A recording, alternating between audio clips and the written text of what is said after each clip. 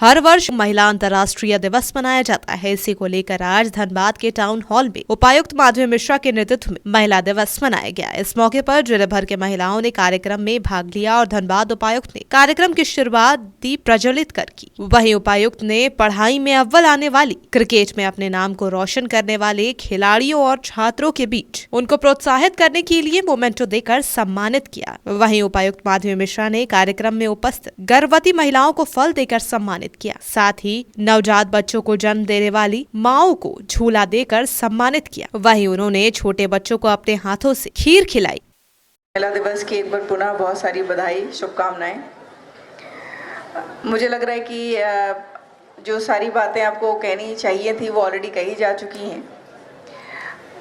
ये हम लोग के लिए एक ऐसा दिन है जहाँ पर ये हम सब लोग को एक बार रीमेमोराइज करने की ज़रूरत होती है कि हम लोग जो जेंडर पैरिटी यानी कि लिंग समानता की जो बात करते हैं वो एक्चुअली आज के टाइम में समाज में कितना रेलेवेंट है और एक्चुअली उस पर कितना अभी भी काम किया जाना बाकी है। मैंने जो पर्सनली देखा है, स्पेशली अपने प्रोफेशनल करियर में, हम लोग बार बार बात करते हैं कि हमें मेल फीमेल या गर्ल चाइल्ड और मेल चाइल्ड इसमें कोई डिस्क्रिमिनेशन नहीं करना चाहिए। But fact of the matter यही है कि ये अभी भी एग्जिस्टेंट है और बेहतर होगा कि हम लोग सच्चाई को एक्सेप्ट कर लें और उस पर काम करना शुरू करें, बजाय कि सच्चाई को डिनाई करने के कि एक्चुअली ऐसा एग्जिस्ट नहीं करता। आज भी किसी भी फैमिली में जब भी अगर कोई बच्चा आने वाला है तो एक डीप डिज़ायर ये होती है कि बेटा हो। बहुत सारे ऐसे लोग हैं, ये भी बात सही है, जिनकी ये डिज़ायर होती है कि बेटी हो।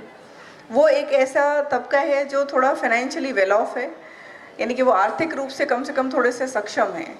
अगर आप आर्थिक रूप से थोड़े से भी कम स्तर के परिवार से आते हैं तो अभी भी सामान्यतः, मैं जैसे बोल रही हूँ कि अपवाद हमेशा एग्जिस्ट करते हैं, बट सामान्यतः अभी भी फैमिलीज़ में ये इच्छा होती है कि अगर बेटी हो जाएगी तो इवेंचुअली एक लेवल के बाद जा कर के वो उनके लिए एक आर्थिक बोझ का काम करेगी।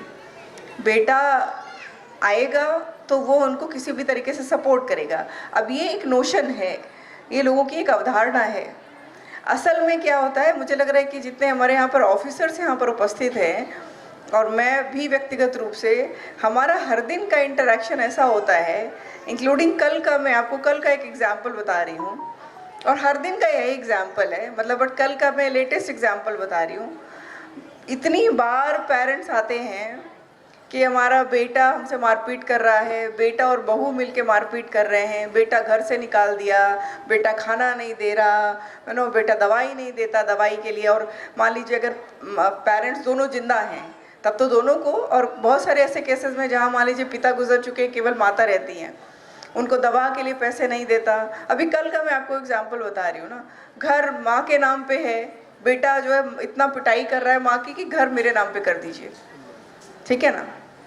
दो बेटे ही हैं, एक बेटा मतलब उसका पिटाई कर करके हालत ख़राब कर चुका है।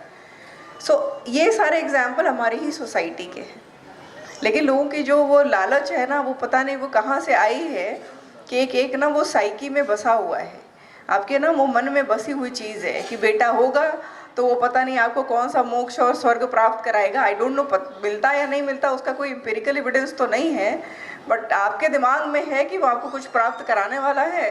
तो इसीलिए अगर बेटा नहीं है तो आपकी लाइफ का मतलब कोई वैल्यू ही नहीं रहा, और अगर आप बेटा नहीं पैदा कर सके तो आप एक माँ के तौर पे आपकी कोई योग्यता नहीं है, और आपके परिवार में अगर बेटा नहीं हुआ है तो फिर तो आपका स्वर्ग और मोक्ष पाना तो मतलब इस जन्म में तो इम्पॉसिबल है। अब ये अलग बात है कि आपका बेटा होकर के वो आपको नरक तो इसी जीवन में देता है। योजनाएं हैं जो महिलाओं के सशक्तिकरण के लिए लागू हैं और आप सभी से अनुरोध है कि उन योजनाओं का लाभ लें और बेटियों को पढ़ाने और उनको बढ़ाने में अपना सहयोग और अपना योगदान दें। कैमरामैन राजकुमार के साथ धनबाद से दीपक, कोयलांचल लाइव डेस्क।